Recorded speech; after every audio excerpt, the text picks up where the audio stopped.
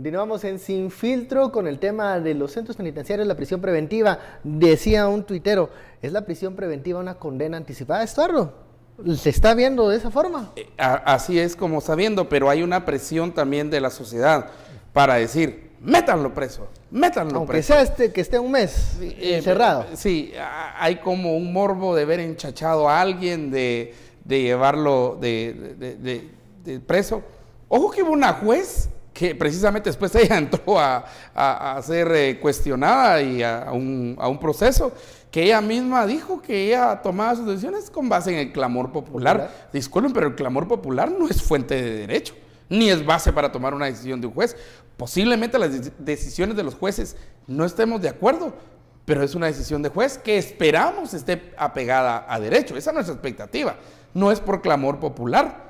Si no, caemos otra vez en el paradigma de crucifíquenlo, crucifíquenlo. Eso no es así, pues. Es el circo romano, ¿no? Sí, no es así. No es el clamor popular. Sí. En realidad es la norma. Una república está dirigida por normas. Y yo, como he propuesto ya mi formación de la Segunda República de Guatemala, llegando a los 200 años, ahí es donde tenemos que tener nosotros un gran énfasis en reformulación de la Segunda República.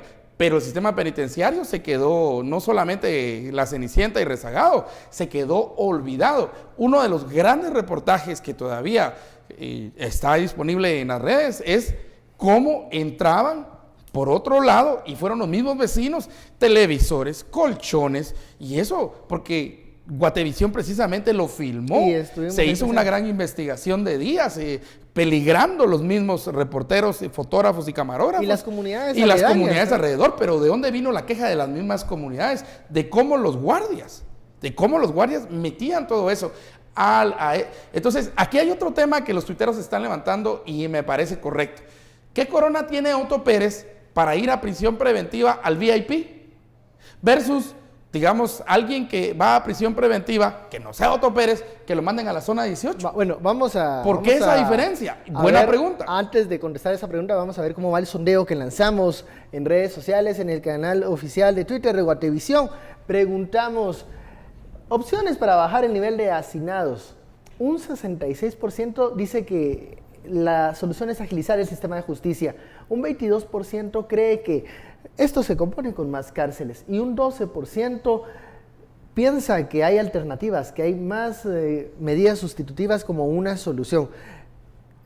Juan Carlos nos pregunta, Estuardo, por petición de los tuiteros, ¿qué corona tiene alguien como Otto Pérez Molina para ir a un VIP como prisión preventiva, mientras un ciudadano de a pie no? Yo entiendo la visión ciudadana y realmente entiendo bien el clamor. Pero también en el bloque pasado dije que había que tener una separación de los reos. Por lo tanto, no puedo ser incongruente y decir, mire, que no haya ninguna separación y usted ponga a una persona que no tiene ese grado de peligrosidad para la sociedad a la par del taquero, por ejemplo, ¿no? O sea, yo sí creo que debe de haberla, no de la manera selectiva con la que se está dando hoy. Ese sí creo que es el tema. Yo jamás voy a defender a privilegio. Pero una separación. La separación no implica ni infiere privilegio. De acuerdo. El problema está cuando generamos dentro del sistema penitenciario un sistema de privilegios. Por ejemplo, el estudio del CIEN demuestra cómo muchas mujeres, que es la única cárcel de mujeres en Guatemala, se embarazan, digamos, con hecho pensado para poder pasar al lugar donde están las embarazadas, porque ahí tienen privilegios. No, yo estoy de acuerdo con Estuardo, o sea, yo sí lo veo, lo de Otto Pérez y lo del resto de los funcionarios, sí lo veo como un hecho premeditado del sistema para privilegiar a determinadas personas. Es que no solamente es un hecho premeditado. Pero indudablemente, a ver, Juan Carlos, eso, la gente paga por... hay un sistema de corrupción también. Se trata de combatir un sistema de corrupción afuera, pero se genera un sistema de corrupción adentro. Y además, a estas alturas, disculpen, ¿qué dice la Constitución con relación a las cárceles y los militares? Que no pueden haber cárceles en recintos militares. ¿Qué está haciendo Matamoros? ¿Qué está haciendo Mariscal Zavala? Esa no es función del ejército. Es una cárcel construida con la justificación de seguridad en donde se están otorgando privilegios para las personas que ahí llegan. Eso está clarísimo. Pero que usted debe de formar un sistema penitenciario donde usted pueda separar a los reos, es que eso es indudable.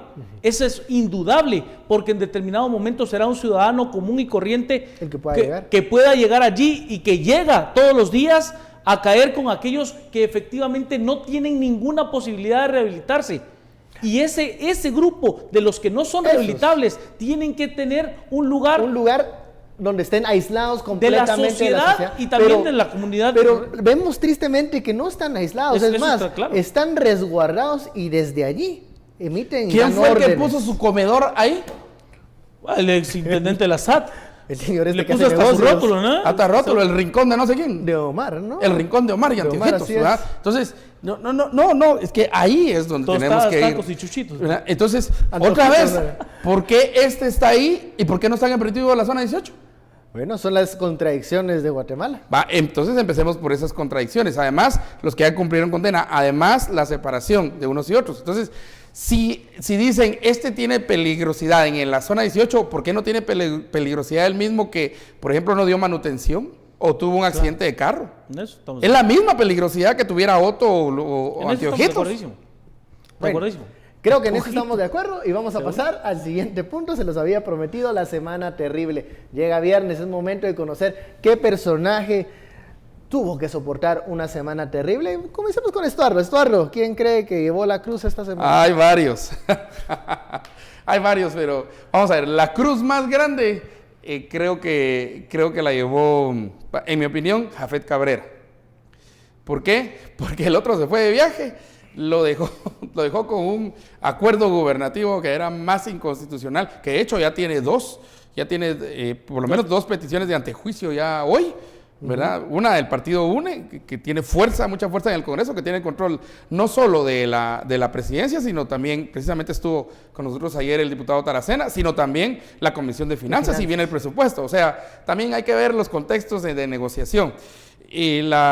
Y creo que sigue llevando la segunda cruz grandota el hijo del presidente, el hijo y el hermano, pero sobre todo el hijo del presidente Jimmy Morales, quien quiso pasar desapercibido durante la semana con presentar este memorial al juzgado sexto penal, ¿verdad? Sí. Pero tiene una cruz. Y ahí sigue Rabé en Ecuador, ¿verdad? Por información que tenemos. No creo que esté sufriendo tanto allí, pero veremos. Pero igual no puede venir, ¿verdad? Igual no puede acercarse. Juan Carlos. No, yo lamento coincidir con la semana anterior. Creo que también la semana debió haber sido muy complicada para el presidente Morales, porque su declaración de inicio de semana realmente fue muy desafortunada. Si el presidente Morales tiene los argumentos legales para poder decir y sustentar lo que dijo, que los presente, le haría un favor al gremio. A aquellos que vivimos del periodismo le haría un favor diciéndole, ¿sabe qué? El Estado de Guatemala fafió a X, Y y Z, y estos son los nombres, y estas son las plazas, y esto es lo que sea. Le haría un favor al gremio, a aquellos que nos dedicamos a esto, nos haría un gran favor el presidente. De caso contrario, creo que fue absolutamente desafortunada la forma en la que lo hizo, y creo que el presidente debe de ser más prudente, debe de tener una visión más estratégica en su comunicación, porque los errores se están... Lo están rebalsando mucho. Bueno, creo que la semana terrible la pasaron también los ministros que firmaron este polémico. La que viene la van a pasar muy difícil. Salud, el ministro de Finanzas, que estas personas que, bueno, no sé si estaban convencidas del todo o creyeron en la palabra. Solo el canciller que no estaba, creo que es una viceministra la que firma, ¿verdad? Así es, pero bueno, es una semana terrible porque más adelante vamos a cuestionarlos por sus acciones y por la necesidad de firmar ese polémico decreto. Bueno, llegamos al final de esta media hora de análisis. Muchísimas gracias. Estuardo, Juan Carlos, a usted también muchísimas gracias por su sintonía. Esto fue Sin Filtro, el espacio donde usted saca sus propias conclusiones. Feliz noche, nos vemos el lunes.